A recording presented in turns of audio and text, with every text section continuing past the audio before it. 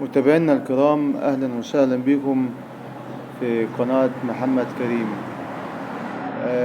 أنا طالع بس حابب إني أنوه عن حاجة كده.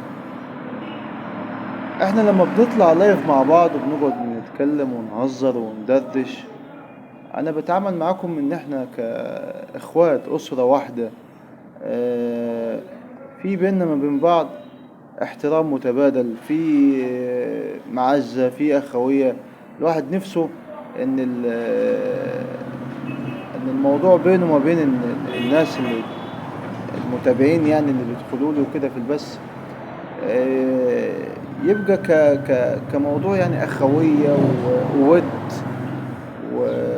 واحترام قبل أي شيء. آه، أنا يعلم ربنا ناس كتير فيكم أنا بحبها وبعزها وبقدرها. آه، بنقعد وقت حلو ولطيف نهزر فيه مع بعض ونضحك. ولكن في بعض الناس بتفتكر ان انت يعني عشان طول الوقت بتهزر وبتضحك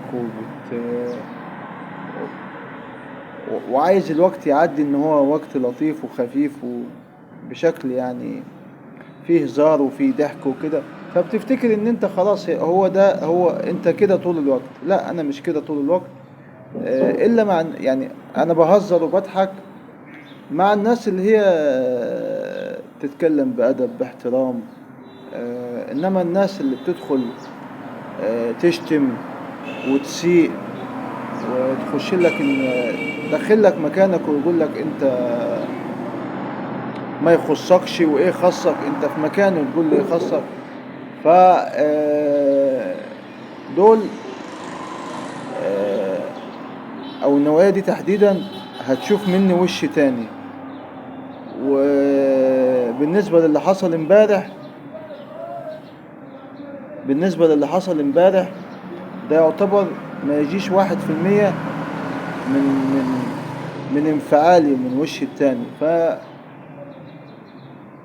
فاحنا مفيش بينا ما بين بعضينا غير كل احترام وتقدير، و...